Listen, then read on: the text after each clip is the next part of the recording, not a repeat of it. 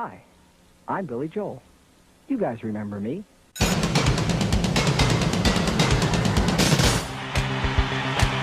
Billy Joel, completely retold.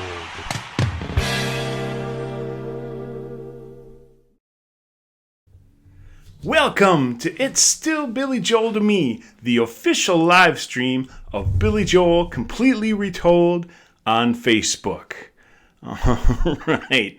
Thanks, guys, for tuning in to today's episode. The other day when I did that interview with Reese Clark and all his drumming experience with Billy and before it and after it, we talked a lot about the Sigma concert and how in 2013 they went back and did a Sigma reunion.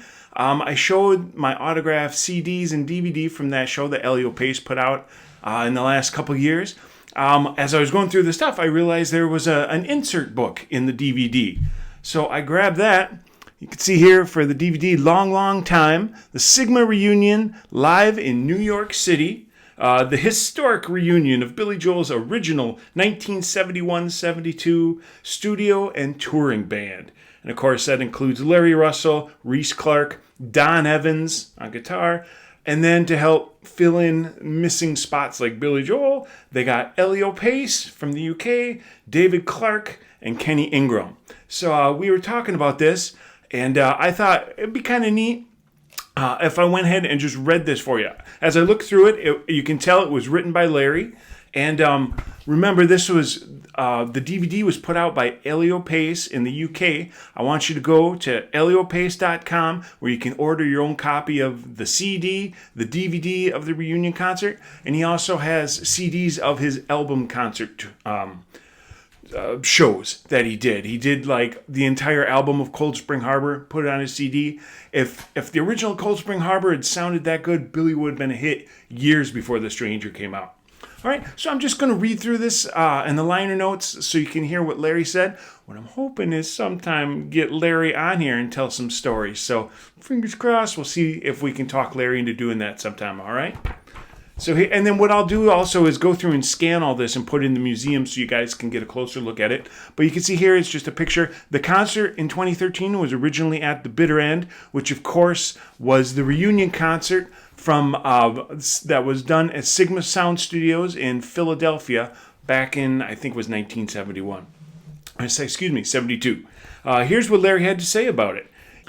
We interrupt this Billy Joel live stream to bring you breaking Billy news from our roving retolder on the street, Chris Pisatsky. I've been told that Chris is standing on the hallowed grounds of the former Sigma Sound recording studio in Philadelphia, Pennsylvania. Chris, can you hear me, Chris?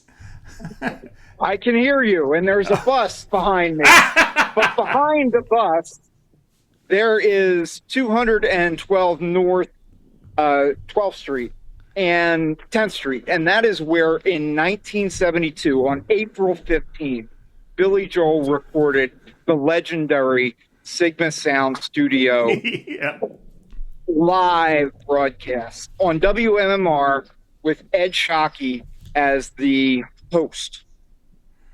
That's right, Ed Shockey. That's fantastic. And that concert went on to Ed Shockey playing the track Captain Jack over and over and over. It became the most requested song, got the attention of Clive Davis, led to Billy getting his first big record deal with Columbia. So I'm so glad that his first record deal had failed. It had been a bad recording, and really, Philadelphians say that this is how Billy Joel got his career together. Is recording in this studio on a Sunday night live on WMMR. Yeah. So what I thought we could do, if you want to tell me a little bit about what you know about the history of the place, I have a quick thing from Wikipedia that I was going to read while you walk around. But if there's anything else you want to add before we go across and get a little more close-up look at it, go ahead and add that in. So I would just say that this was the birthplace of the Philadelphia Sound. Gamble and Huff, who kind of created East Coast Motown here in Philadelphia, recorded out of the studio at the beginning. Later, they moved. It's another bus. Later, they moved to South Broad Street, but this was really where the sound originated from. The other thing I'll tell you is the last major artist to record here was David Bowie. Oh. Yeah.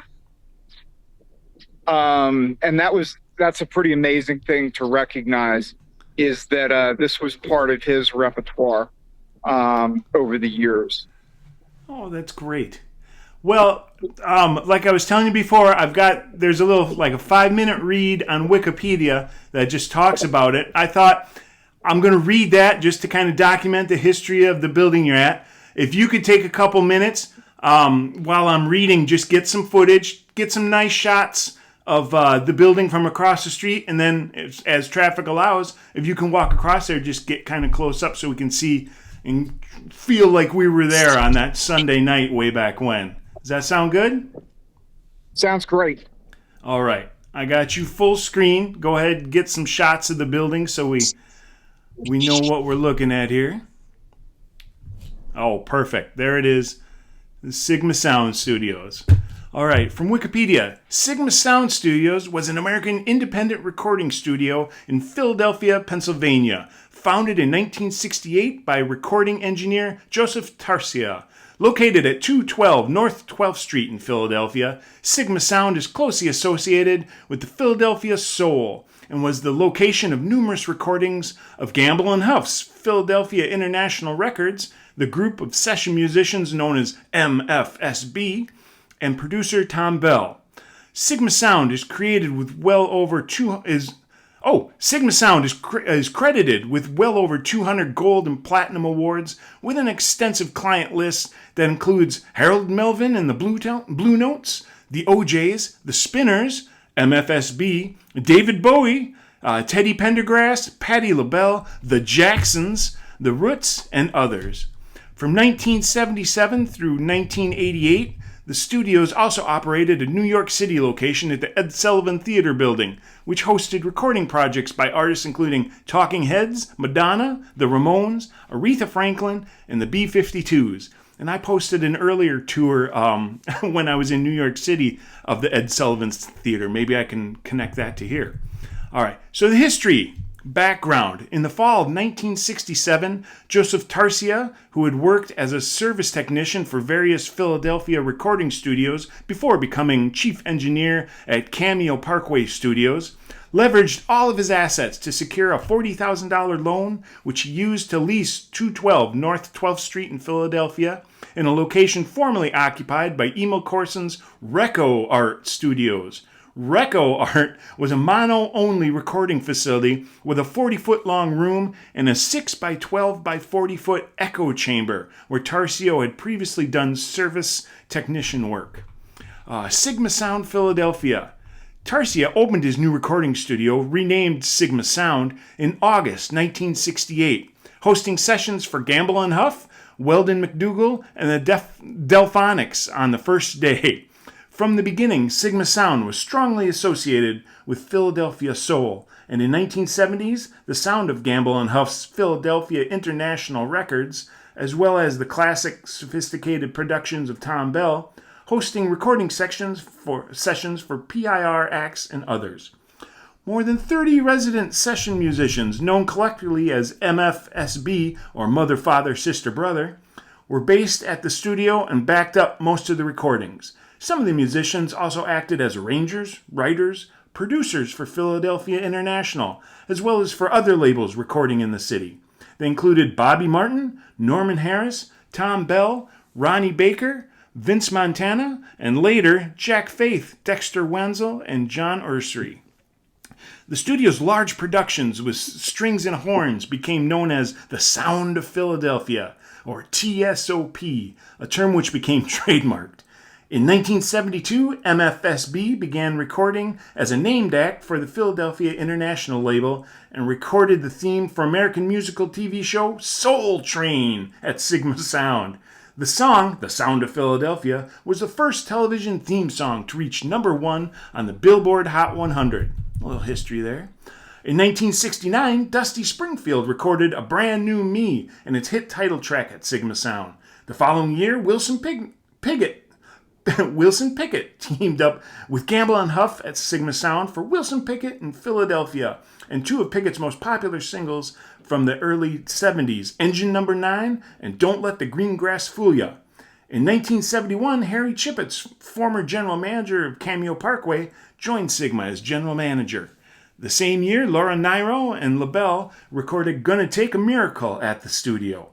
On April 15th, 1972, the singer-songwriter and pianist Billy Joel and his touring band played an hour-long concert at Sigma Studios. The recording of Captain Jack from this event received extensive radio play in the Philadelphia area, long before Joel became widely known, which helped him establish a national following. All right, so there's the Retold connection. In 1972, the OJs recorded the breakthrough album Backstabbers at Sigma Sound, along with its hit single Love Train, one of the first disco songs. The same year, Billy Paul recorded his best-selling hit song Me and Mrs. Jones at the studio. Other artists who experienced commercial success working with Gamble and Huff, Philadelphia International, and Sigma Sound Studios included Harold Melvin and the Blue Notes, The Spinners, and Teddy Pendergrass. In 1974, David Bowie visited Sigma Sound Studios to work on recordings with Ava Cherry and returned to Sigma Sound for the initial recording sessions of his 1975 album Young Americans. Local fans, whom Bowie referred to as the Sigma Kids, waited outside the studio over the course of the sessions. On the final day of tracking, these fans were invited into the studio to listen to rough versions of the new songs. In 1976, Lou Rawls recorded his first album for PIR at Sigma Sound, All Things in Time, including Rawls' most successful single, You'll Never Find Another Love Like Me. Same year, following their tenure at Motown as the Jackson 5, the Jacksons recorded their self-titled 1976 album and their subsequent album, Goin' Places, at that studio. In 1979, Tarsia purchased the former United Artists Screening Room and Studio at 13 and Vine Streets in Philadelphia, which Sigma converted to 3 additional studios to meet demand. Oh, so they had several sites. Sigma Sound was one of the first recording studios in the United States to offer 24-track recording and the first anywhere to successfully employ console automation. The very list of artists attracted by the studio's success included the Tramps, the Manhattans, Robert Palmer, Melba Moore, and Salsoul Orchestra, the Ritchie Family, Grace Jones, Lolita Holloway, Linda Clifford, Gloria Gaynor, John Travolta, and others. Sigma Sound, New York. Oh, that's the Ed Sullivan Theater. We'll skip that since we're concentrated here. Sale and closure. Here, we're coming to an end. Tarsia sold the New York studios in 1988 and the Philadelphia location in 2003, but they still retain the Sigma Sound Studios name. The 6,000 unclaimed tapes from Sigma's 35-year-old tape library are now part of the Drexel University Audio Archive. In 2019, Drexel University Mad Dragon Music Group released 14 formerly lost tracks from funk soul group Nat Turner Rebellion that had been a part of the archive. The Philadelphia studio closed in 2014. In March 2015, the building that housed Sigma Sound Studios was sold for $1.55 million, with plans to renovate for space for office, retail, or residential use. Oh, that's just like you said. All right, to finish up here, legacy. In October 15th, 2015, the original building for Sigma Sound Studios was officially dedicated as a historic site by the city of Philadelphia. The historic site marker was placed at 212 North 12th Street. Now, on November 13th, 2020, the Philadelphia Historical Commission voted unanimously to add the building to the Philadelphia Register of Historic Places. In 2016, Sigma Sound Studios founder Joseph Tarsia was inducted into the Musicians Hall of Fame and Museum. Oh, Chris, so yeah, you had mentioned a bunch of those points. That's some great footage. They said that there was a sign marker there. Is that anywhere around you there? Okay, they do. It's kind of a little bigger than a plaque. It's more of a sign. Oh, I remember there's pictures of that in the Retold Museum. I'll have to post that up. Can you aim a little higher so we can see the... Oh, if we can see the sign? There you go, right on the street corner. Yeah, your cell isn't good enough to read, but that's great. Oh. So during your voiceover, I tried to capture that. Okay. So, we're right on the edge of Chinatown here in Philadelphia, and the convention district. And unfortunately, this building just is being left to sit here. It's fascinating to hear about that Drexel acquired all that stuff that used to be in the basement. The tapes. Oh my gosh, I can't imagine what's all in there. So it's just wonderful. And, as the guy who listened to this on bootleg for years. Yep, me too. Long time. The reunion concert from Sigma. Yeah. And now we have a much better quality recording of it. Yeah, they did. They re-released it with the Piano Man Legacy album. That's right. But it's cool just to see footage of where that all took place. Man, it's just, I wasn't even born back then. I was born in 74. So it's just neat to have somebody out on the field getting footage of it since I'm not able to be there. Well, so today go ahead. I I appreciate everything you do for the group, for our Retolders, and for Billy. 40 concerts in. Hopefully I get a few more in. Yeah, that'd be nice. I'd love to see him return. But if not, what a way to go out, huh? He had a great run at MSG. All right. Well, I want to thank you, Chris, for taking the time. I understand this wasn't too far out of your way. You said you just live a few blocks away. So absolutely, thank you so much. And I want to thank you again, and I'll take a look through the footage. I'm sure it was perfect. All right, Chris? Go Phils. All right. We now return to our regularly scheduled live stream. Back to you, Mike. It says, in early 1972, only a few months into Billy Joel's debut tour of the U.S., Philadelphia radio station WMMR invited Billy and a three-piece band to their Sigma Sound Studios to perform a set live on the air as part of a series of radio shows featuring unknown artists. It was during this radio show that Billy and the band performed one of his new songs, Captain Jack, as part of the set. The show was taped, and DJs at WMMR started to play this live version of Captain Jack on their radio shows. It became the most requested song in WMMR's history. The excitement at the station, generated by the song and the young unknown singer-songwriter, eventually reached Clive Davis at Columbia Records, who signed Billy Joel to the label. Here's Larry Russell to tell you about how, 41 years later, Billy Joel's original studio and touring band reunited at the bitter end in New York City to recreate the April 1972 WMMR radio concert. All right, and it's hard to make out, but this was actually a picture of the line for people waiting to get into the bitter end. I looked close. I couldn't pick out any Retolders, but there might have been some people there. Maybe the people I recognize are at the end of the line. That's where I was. So it says in November 2011, Sony Columbia Records released the 2-disc Piano Man Legacy Edition album.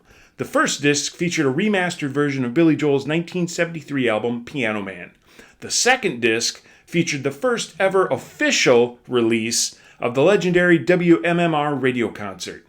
Recorded at Sigma Sound Studios in Philadelphia on April 5th, 1972, this live recording featured Billy Joel on piano and vocals, Reese Clark on drums, Alan Hertzberg on guitars, and yours truly on bass. At the time of its release, I was very much in touch with the late Jeff Schock, Billy's former road manager, bringing him up to date with comments and reviews relating to the release. Up until the end of his life, Jeff worked as Billy's archivist and earlier as administrative executive for Billy's marketing. Of course, I was excited about the release of the WMMR concert on the Piano Man Legacy Edition because Jeff had featured an historic recording and our band, the original band, for the first time. Jeff was actually at the reunion concert. I remember meeting him there, and he passed away suddenly in 2017. So, rip for Jeff Schock. For more than 2 years, I thought about recording. I thought about this record being more than a CD release. I saw it as a new beginning to reconstruct the Sigma 1972 breakthrough that was now being sold to the public for the first time since 1972. Then it occurred to me, why not produce a reunion of some kind? A show dedicated to the performance we played that night in Philadelphia, now known as Billy Joel's Sigma Show. I spent some time earnestly trying to gather funding from various investors. When you add up what was needed between airfares, hotel rooms, rehearsal rooms, per diems, equipment hire, videography, recording, editing, sound engineering, and crew, it all comes to a substantial amount of money. All at once, I felt it was just undoable, so I gave it a rest for at least a year. All right, on this page we have some nice pictures of Kenny and Reese on drums and Don over on guitar. In early 2013, I thought, well, let me see if everyone will do it on their dime, their expense. Good idea. So one by one, I started calling everybody, including our guitarist Al, who told me I didn't have to pay for him to do the show. He only wanted his car fare. I told him that was ridiculous and that I would pay him anyway. Unfortunately, a short while later, Al had to pull out of the reunion due to ill health. Next, I called our original drummer, Reese Clark, who would fly from California to New York to do the show. I then called Don Evans, who was Billy's guitar player on the first album, Cold Spring Harbor, and who was happy to join us for the reunion. Then, I needed to find 2 singing piano players because I wanted more than one Billy on stage, just to make it more interesting. I also thought about hiring a youngster to show the audience that it's not just old farts like us who love this music. So I scoured the internet and found Kenny Ingram, a Canadian pianist from Winnipeg. I could hardly believe he was only a teenager. He was damn good and he worshipped Billy Joel's music. I think he was about 15 when this all took place. I thought it would be a great idea if Kenny opened the show with an unexpected performance of Got to Begin Again from the Cold Spring Harbor album. And it worked. He was fantastic and, good singer as well. All right, and then we have our 2 Billies from the evening. We've got Dave Clark and we've got Elio Pace. My search continued for a Billy, someone who could play piano like Billy and sing like Billy. That was a tall order. This was not a look-alike situation. This was about finding top musical talent. I found David Clark, who played Miami 2017 a lot like Joel. I got in touch with him, and he was eager to contribute. This idea of putting the band together was coming together quicker than I thought, but I needed one more Billy to fill out the band. Tony Walker, hey, Tony, a great guy and a major fan on the Billy Joel Retold Facebook group that Mike Stutz founded and operates, told me about Elio Pace from the UK. So I did my usual routine, checking out his playing and his singing, and he was superb. After receiving his okay to call, Elio and I would stay on the phone for hours talking about what it was like to be on tour with Billy. That's when I want to hear the stories, Larry. We got to do that. Oh, and then we got the centerfold with a bunch of pictures. We got, he's not throwing devil horns. He's doing I Love You. Then we got our Billies. We got Larry. We got a group picture of the band. Oh, we got Reese giving Larry some love. Oh, and there's Elio with his Billy shades on. All right. Another few weeks were spent going back and forth with Paul Rizzo, the owner of Bitter End. And finally, the date was set, September 22nd, 2013. I now had all the band members in place, and what a lineup it was. That night, we packed the Bitter End. The owner had to lock the door and refuse further sales. It was a full house. And yes, it was. There were friends in the audience that I had not seen in 20, 30, 40 years. and there were new friends eager to find out how good this band was then and now. Oh, I didn't show the pictures here. We've got a picture of the entrance to the bitter end, and we've got pictures of Larry, and that one looks like Elio. Yeah. Back in the dressing room, Elio said to me, "Larry, you go there and warm up the audience. Frame the story, Larry." I fearfully said, "No, you should be the one to do it." Elio quickly jumped on my response, exclaiming, "No, Larry, you were there then. You're part of this amazing history. Do it." We have a picture of Elio talking to the crowd at the bitter end. Bitter end is like one long room with the stage facing the short way. So we all had these little tables, and it was like 2 or 3 rows, and then some booths in the back, and it was definitely packed. And so, with that, I went out there on that sacred stage and spoke to the audience about how we were going to rewrite history that wasn't even written at all. I then introduced everyone in the band, who one by one took the stage to a full round of applause. Besides being one of the best piano players I've ever heard, Elio has the talent to warm up any audience anywhere, and he did just that. When you watch this concert film, you will see and hear how everyone's preparation and dedication resulted in an unforgettable evening for both us on stage and the audience. I hope that this debut release of our Sigma reunion plugs the gaps in the commonly accepted story of Billy Joel's early career. That live version of Captain Jack from that WMMR radio show, which led to Billy signing to Columbia Records, impacted all of our lives. The rest, of course, is history. We are proud to have been a part of that magical breakthrough moment. Best, Larry Russell, bass player for Billy Joel's first touring band, 1971-72. All right, the next page here is just some credits with pictures of the band members and what they play. We got Larry Russell bass, Reese Clark on drums, Don Edmonds did the electric and acoustic guitars, background vocals on Chapter 12. Elio Pace was the lead vocals and piano on Chapters 7, 9, 16, 21, 23, and 27. Harmonica on Chapter 9, background vocals on Chapter 29. David Clark was lead vocals and piano on all the other ones, 5, 11, 12, 18, 25, and 29. And then at the bottom is Kenny Ingram, lead vocals and piano on Chapter 3, piano on Chapter 14, background vocals on Chapter 29. He came out for the encore. It says music produced by Elio Pace, live sound and recording engineered at the bitter end on Sunday, September 22nd, 2013. And then it has the credits of everybody that helped out. Elio Pace, Tony Draper, Nick Watson. Directed and edited by Peter Thorpe for Big Small TV. We got Amy Worth, Luke Kearney, Steve Tottingham. Executive producer, Elio Pace. Just goes on. And there's a nice picture of the glass painting at the bitter end. Elio would like to thank, and then I'll just have you guys look at the scan when I put it up. But it does say, huge thanks to the original producers of the live reunion shows at the bitter end, New York City on Sunday, September 22nd. And they also did a night in Philadelphia at the World Cafe, Live Philadelphia on the 24th.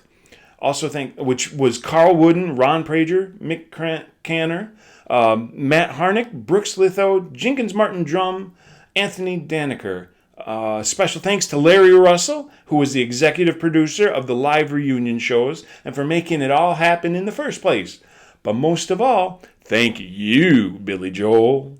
This album is dedicated in loving memory to Al Hertzberg and Jeff Schock. Al also passed away around 2015, so he never did recover from the illness that he was fighting why he couldn't be in the reunion, which would have been magnificent. And then the backside here is a list of the tracks or chapters, since this is a DVD.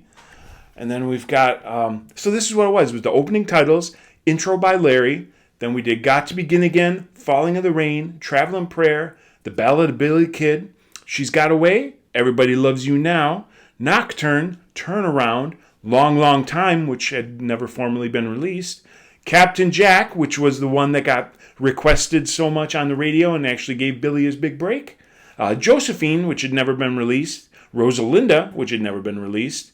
And then Tomorrow Is Today. And then they all came out for a jam on the original length of You Can Make Me Free, not the 1980s edited down version for the remaster.